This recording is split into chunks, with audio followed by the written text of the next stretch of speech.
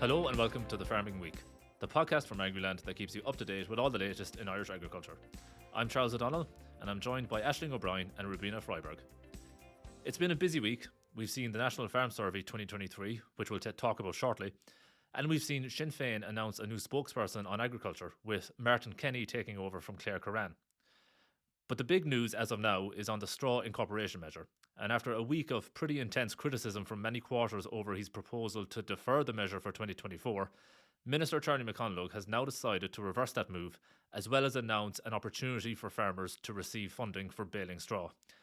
Well, we did a lot say has happened in the last last 10 days or that so. a week is a Can you long bring us up to time in speed? politics, and this has really proven to be the case when it comes to the straw incorporation measure.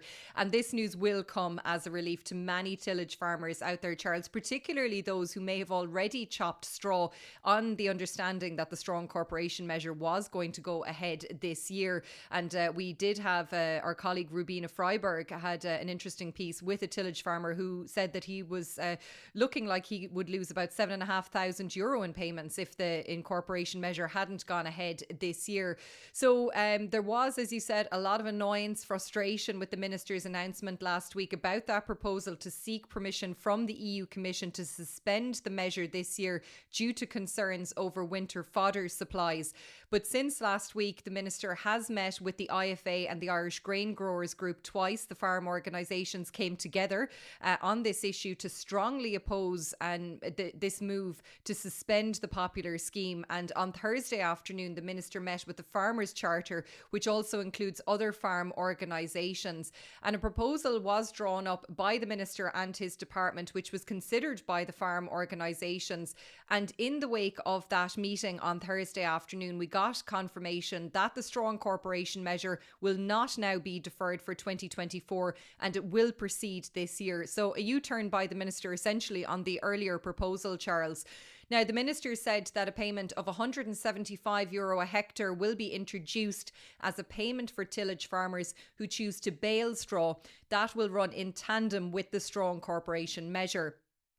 So farmers can stay in the scheme and receive their payment for the straw incorporation measure as normal, or they can choose to withdraw from the scheme and receive a payment for baling instead, Charles. So that's where things stand at the moment. And Aisling, I suppose the original announcement last week that the minister wanted to defer the scheme, it generated a lot of negative feedback, including from within his own department with his own ministers of state. But now that that's been reversed, what are the reactions to that now? Yeah, so we spoke with IFA President Francie Gorman just after the announcement from the minister and when the Farmers Charter meeting had ended on Thursday afternoon. And he said that the decision to reinstate the straw incorporation measure was a good outcome to a debacle created by the minister, in his words, and it would give certainty to tillage farmers out there. But both he and the IFA Tillage Committee Chair Kieran McAvoy said that into the future the tillage sector will need to be incentivised. We've spoken at length here on the podcast about the difficulties facing the sector, Charles, and the IFA has called on the government to roll out a €60 million support package for the sector over the next 5 years. Now, the Irish Grain Growers Group Chair Bobby Miller said that the announcement comes after what has been a very stressful time for tillage farmers and the sector in general. He said that this ultimately lies at the minister's desk, and this particular type of situation cannot be repeated for any sector going forward. Now, both farm organisations issued a joint statement after the minister's announcement, and they said that it was vital that the straw incorporation measure has been reinstated in full. And they said it was important that the minister gave a guarantee that all applicants to the scheme will be paid regardless of the outcome of the ranking and selection process. And the organisations said that the announcement by the minister last week was an error of judgment and had caused huge stress and uncertainty for tillage farmers. And it was a model of how not to do things, and it could not be repeated again in relation to any scheme in any sector. And the reality, they said, is that the tillage sector is already in the middle of a very challenging year due to weather challenges and low projected grain prices as well. Now, MACRA had also expressed concerns about the proposal to suspend the scheme this year. They've welcomed the minister's announcement and the flexibility in the scheme that farmers can opt out or partially opt out so that they can manage conditions on the ground. And Elaine Houlihan, the MACRA president, said this provides a critical management tool for tillage farmers given the current weather that we're experiencing, while ensuring that the money ring-fenced for tillage farmers remains in the sector. Now, as you mentioned there, Charles, politicians had been very critical of this proposal to suspend the Strong Corporation Measure this year, including the minister's colleagues in the Department of Agriculture. Now, Minister of State at the department, Martin Hayden, issued a statement on Thursday evening welcoming the decision to reinstate the measure for this year. He said that his opposition to the scheme's suspension last week was due to the fact that SIM is a well-established scheme which is very important to tillage farmers, and he said that Thursday's agreement ensures its continuation and the integrity of important schemes is safeguarded. And he said that since the introduction of the measure in 2021, straw chopping has become part of the annual planting and harvesting plans for farmers. And as we previously mentioned, last year this scheme was worth some €12.3 million in payments to tillage farmers.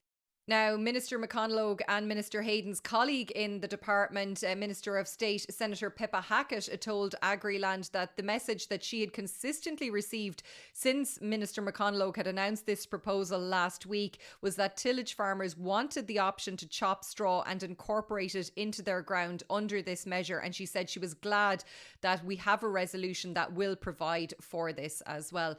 So look, I suppose in the wake of the announcement, Agriland tillage specialist Richard Halloran spoke with Minister Charlie McConalogue, who said that the amended Strong Corporation Measure and the associated baling scheme will be paid for by a ring-fenced tillage support fund. The minister confirmed that all applicants will be processed in full, and that was the case as well last year, and bringing the full funding requirement to a possible 12 million this year.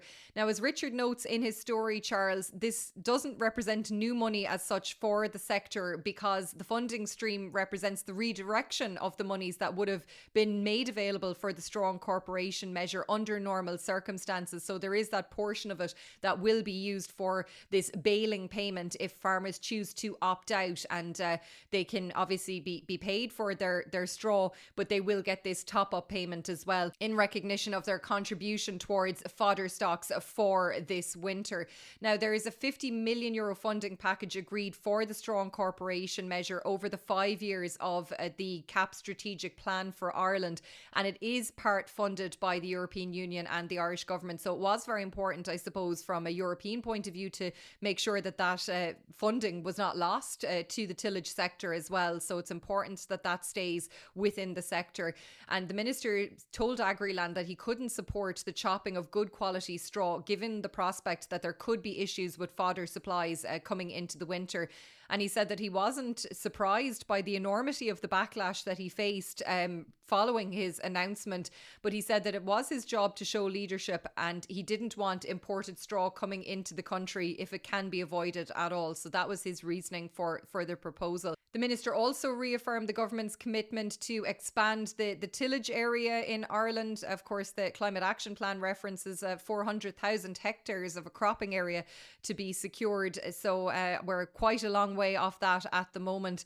And the minister also indicated that Budget 2025 will contain a number of direct and indirect measures that will have a bearing on the tillage sector, not really outlining what they might look like, but he has previously committed to a €100 a hectare payment for the tillage sector. We're still waiting to see what that will look like. So I would imagine that we're going to get more news on that in the upcoming budget. And finally, the minister told Richard that it is his intention to officially open the 70% grant scheme for slurry importing farmers within the coming days. So that will be of benefit to some tillage farmers out there as well, Charles. Absolutely, Aisling. So a lot of news concerning tillage farmers this week, and certainly I suppose they'll be keeping a keen eye on the details on that new baling measure under the SIM. Yeah, the devil is always in the detail, isn't it, Charles? Absolutely, Yeah. Absolutely, Aisling. We'll move on now to the National Farm Survey, the results of which were released by Teagasc this week. While everyone recognises that it was a difficult year across all sectors, We now have concrete income figures that reflect that, and they made for pretty stark reading. Aisling, can you take us through some of the key figures from the survey? Yes, Charles. So the survey shows that all farm systems recorded their lowest average incomes in several years last year, which won't come as a surprise to many farmers on the ground out there. Now, the report is representative of almost 85,000 farms in Ireland, and the smallest farms in Ireland actually are part of a separate survey that Teagasc carries out. So the results that we got this week is that the average family farm income in Ireland dropped by 57% last year to just under €20,000. And the decrease is strongly associated with the sharp decline in dairy and tillage farm incomes last year, which were driven by falls in milk and cereal prices, lower production volumes, and high input costs. And collectively, these two sectors actually accounted for just over half of farm income in Ireland in 2023. And look, it has to be noted that it follows a record year of incomes for both the tillage and dairy sectors in 2022, which Teagasc said illustrates the high volatile nature of farm income in both of those farm systems. And the annual report also shows that dry stock farmers experienced a notable decline in income in 2023 as well. Now, we have a full breakdown on our website and app along with in-depth analysis for each sector, Charles, but just to run through some of the headline findings from this survey. So the average income for Irish dairy farmers stood at just under €49,500 last year. That's a fall of 69% or €108,000 when compared with the previous year. I stress these are all just averages. If farmers out there are thinking that they earned a lot less, you're not alone. And we do have a full breakdown of the dairy farm incomes as well on our site. The average tillage farm income was down 71% relative to 2022, which took the average income in that sector down to just €21,400. That's a decrease of over €52,000 in a year, Charles. In the cattle rearing system, that comprises of farms which mainly specialise in suckler beef production. The average income was €7,425, which is down 15% in a year. In the cattle other system, that refers mainly to beef finishing farms, but it also includes farms selling store cattle. The average income there stood at just over €14,700, which was down nearly €3,500 in a year. And when the data for the two cattle systems is actually combined, the average income for cattle farms last year was just under €12,600, which marks a decline of 14% on 2022. Now, looking at the sheep farms, the average income there was down 22% to €12,625 in 2023. That's a decrease of almost €3,500 relative to the 2022 level. Now, Teagasc did note, of course, that, these are just average incomes and the high rate of general inflation out there needs to be taken into consideration, which would actually reduce the real value of those average incomes as well. Now, Agriland caught up with Frank O'Mara, the director of Teagasc, at the launch of the National Farm Survey this week, and he explained some of the factors that contributed to the drop in farm incomes across the board. Have a listen. They don't paint a good picture at all for the year. It was a very, very tough year for farmers, for all sectors of farming. We had a combination of dropping output prices, in particular for dairy and for tillage crops. We had still quite high input prices from the hangover from the Ukraine invasion that still led to high feed and fertilizer and energy costs. We had drops in the amount of product produced on farms, in particular on tillage farms and also on dairy farms. And we had the very bad weather, in particular in the second half of 2023, and that led to a very bad harvest, in particular for tillage crops, which contributed to the drop in output and exacerbated the low prices tillage farmers got. And it also affected livestock farmers in terms of grazing in the back end of the year. And that was Teagasc Director Frank O'Mara there. Rubina, you attended the launch of the survey this week. Did Teagasc say anything about how 2024 is likely to shape up? Yes, Charles. So I spoke to Teagasc Research Officer Trevor Donlan, and he said that in terms of the weather, 2024 is looking like another challenging year, particularly for the tillage and dairy sector. The grazing season was very late, taking off this year, probably 6 weeks later than normal, and grass growth is still below normal. Now, he said that some of that could be down to weather, as well as the fact that there was a sharp and sudden reduction in fertiliser use over the last couple of years. On the tillage side, Donnellan said that from a weather point of view, we are still looking at difficulties in 2024. Have a listen. And on the tillage side, it's been really challenging as well because the winter crops, we didn't have the weather conditions for putting in those winter crops. And as a result, farmers have been forced to switch to spring crops, which will end up having lower yields than the winter crops. And we don't know what's ahead of us yet in terms of getting into the main part of the harvest season for tillage. So from that weather point of view, we're still looking at difficulties in 2024. In terms of incomes, he said that both the dairy and tillage sector are still going to face what he described as quite disappointing years. As he said, it is highly likely that milk production will be down this year and little movement is expected in terms of cereal prices. Thanks, Rubina.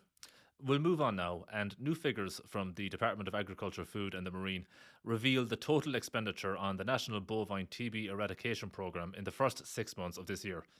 And similarly to the National Farm Survey, Aisling, the numbers don't bode well, I suppose. Well, it's a big increase in spending, I suppose. The whole issue of TB and the department's eradication programme, it's one that really exercises farmers out there, Charles. So I'm sure they would have been very interested to see what's being spent on the programme so far this year. So the latest data from the department shows that the total spend on the eradication programme in the first 6 months of 2024 stood at €40.8 million. This represents a 23% jump in spending compared to the same period last year, which then totaled over €33 million. Now, we already reported here on Agriland that the total spend by the state on the eradication programme for TB for 2023 hit over €74 million, which was already a significant jump of 29% from the €57 million that was spent in 2022. So if the first 6 months of this year are replicated in the second half, it looks likely that the department is going to exceed the annual spend again on the programme this year compared to 2023. So the latest figures also reveal, disappointingly, a jump in the number of herds restricted because of TB to 5,280 over the 12-month period to the end of Q2 of this year.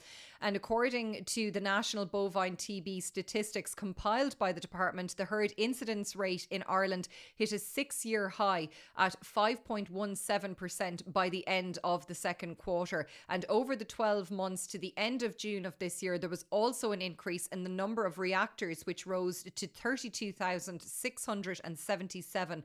That's up from 25,500 in the 12-month period ending June 2023. So I suppose the knock-on impact of the increase in the number of reactors in the 12 months to the end of Q2 has also resulted in that increase in total spending on the eradication programme. And one of the biggest comparative increases was actually in the cost of on-farm market valuation, which rose by 64% to over €21 million by the end of the second quarter of this year. Now, earlier this month, Brendan Gleeson, who's the Secretary General at the Department of Agriculture, told the Joint Oireachtas Committee on Agriculture that TB is a real concern.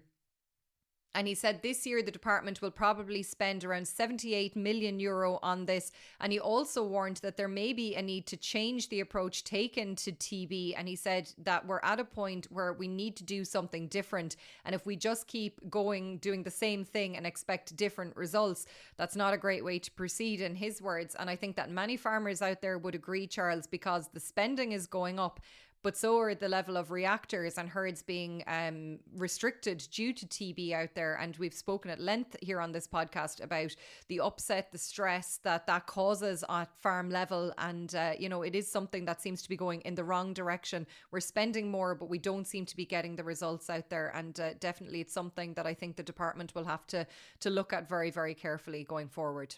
Yeah, definitely, Aisling. And I suppose when people hear the amount of expenditure, it's easy to think that, there's funding there. But I suppose the expenditure is going up because the reactors are going up and the herds restricted are going up.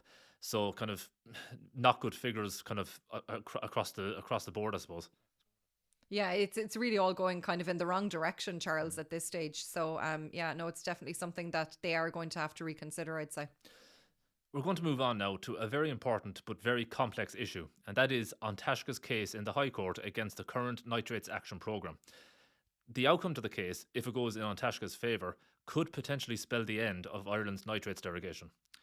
While we don't have an outcome to the case yet, we did get an important decision from the judge this week.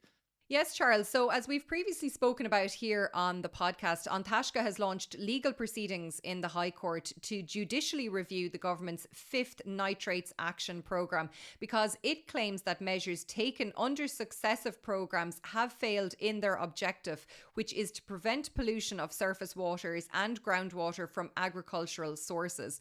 Now, the fifth NAP was approved by the Minister for Housing, Local Government and Heritage in March 2022. And these legal proceedings were then lodged by An Taisce in May of that year. And the legal challenge has been taken primarily against the Minister for Housing and the Attorney General, but the Minister for Agriculture, the IFA and the Irish Creamery Milk Suppliers Association, the ICMSA, are also listed as notice parties in these proceedings. So as you said, the latest update on this case came this week with a new judgment from presiding judge Richard Humphreys in this case, and Justice Humphreys stated that An Taisce's legal action is a challenge to the validity of domestic and European measures relating to the derogation for the use of nitrates above and beyond standard levels. And as a result, the judge now intends to refer 9 key questions raised during this challenge to the European Court of Justice. And the judge said that An Taisce has raised what are clearly novel, complex and important issues of EU law, culminating in a question regarding the validity of a Commission decision. So as such, then, the High Court doesn't have jurisdiction to determine the latter in that case. You know, I suppose the workings of the EU and the Commission are a matter for the EU and the Commission. So that is why these questions have been referred over to the European Court of Justice. Now, this decision has been welcomed by opposing parties in this case, Charles. An Taisce said that the decision would offer the prospect of clarification from the EU courts that this referral will deliver. And Gary Fremantle, the chief executive of An Taisce, said the judgment is a step towards ensuring that Ireland has the strongest possible legal framework to safeguard our waterways. And the president of the ICMSA, Dennis Drennan, said that their involvement in this case stems from their conviction that the retention of the nitrates derogation is absolutely crucial to the survival and well-being of Irish farming. And he said that the organisation made substantial submissions and lodged affidavits on behalf of their farmer members, and they welcomed the court's fair and balanced consideration of the concerns raised by farmers. And the ICMSA president said that when a decision is made on An Taisce's legal challenge, it will be critical for any future agri-viability. So a very important case, Charles, and we will keep a very close eye on it. Yeah, hugely important, Aisling, for sure. But with all the news developments this week, it might be easy to overlook the fact that this week is National Farm Safety Week. In recent years, farm safety has taken on a new level of importance and focus among politicians. This week has seen a number of campaigns and initiatives to highlight and support farm safety, including, Aisling, funding for power takeoff shaft covers. Yes, so Minister of State at the Department of Agriculture, who has responsibility for farm safety, Martin Hayden, announced this week that he was reopening the National Farm Safety Measure that will provide a financial contribution to farmers covering 60% of the eligible cost of PTO shaft covers, and the measure will be funded from the National Exchequer. It's currently open for applications and it will remain open until November 1st on the Ag Food portal on the department's website. Now, the maximum amount of aid under this measure is for 4 new PTO shaft covers. The grant aid will be at a rate of 60%, subject to a maximum eligible cost of €100 per PTO shaft cover. And farmers who applied for grant aid under the same measure last year are also eligible to apply in 2024. Now, over the past decade, farm vehicles and machinery have accounted for over half of all fatalities on our farms, Charles. And entanglement in PTO shafts has caused fatalities and life-changing injuries on Irish farms as well. And the Health, Safety and Welfare at Work Act actually places a legal obligation on farmers to ensure that the plant and machinery on their farms are safe and without risk to those operating them. So the minister said that unsafe practices have to be addressed, and through this measure he said he was raising awareness of the risks posed by PTO shafts and the dangers that they can have, especially when they're not covered properly as well. And as you said, Charles, this is Farm Safety Week, and the chair of the IFA Farm, Family and Social Affairs Committee, Teresa Roach, said that the rate of farm accidents and fatalities is currently too high in this country. And the latest figures compiled by the Health and Safety Authority estimate that 3 farmers have died because of farm-related workplace accidents this year. And according to Teagasc data, there are in the region of 4,500 farm accidents every year in this country. Around 44% of those leave the person involved out of work for at least 4 days, and around 80% of those accidents required medical treatment. So, that is a real startling figure as well out there. And of course, the summer, it's a high risk time for farm accidents as well, particularly where children are concerned as they're off school at the moment. And, that is something as well to bear in mind. And one of the initiatives that was rolled out this week too came from the Road Safety Authority and the IFA. They've appealed to motorists to take extra care as the number of tractors, trailers and other farm machinery using the roads increases during the summer, of course, as well. And both organisations appealed as well to farm contractors and other drivers to be mindful of all road users at the moment when going about their business. And I suppose Farm Safety Week, it runs until today, Charles, Friday, but farm safety, it's not just confined to this week. It is something that we should all have front and centre of our minds every single day of the year. And I think that something everybody should take from this week is to have a look at your farm, make sure it's as safe as possible, make those changes, review those standards on your farm. And if there's changes that need to be made, make them now, put that on the list of priorities to be done in the coming weeks, days ahead, if you can. And, if you're in doubt, maybe get a neighbour to have a look at your yard and say, look, is there something that you might do differently here to improve safety? And if we can save any life on a farm, that's vital, and prevent any of those life-changing accidents happening and those near misses as well. That is just a real achievement from Farm Safety Week. Very well said, Aisling. I couldn't have said it better myself. And that's a great point you made about getting a second pair of eyes to look around the farm and just look out for things that you might have missed. That brings us to the end of today's podcast. Just before we go, there's one last story that generated interest this week among Agriland's readers. And that's the story of 23-year-old Saoirse Loftus, who, after working in marts for many years, is now stepping up to the challenge of mart auctioneering, making her debut at Tuam Mart in County Galway. If you want to read more about Saoirse's story, you can check out that story from Agriland's column Ryan on our app and website. That's where we'll leave it for today. Please don't forget to rate, review and follow The Farming Week on Spotify, Apple Podcasts or wherever you get your podcasts. We'd love if you could spare some time to give us 5 stars and share The Farming Week with anyone you think might be interested. From Aisling, Rubina and myself, all the best for the weekend.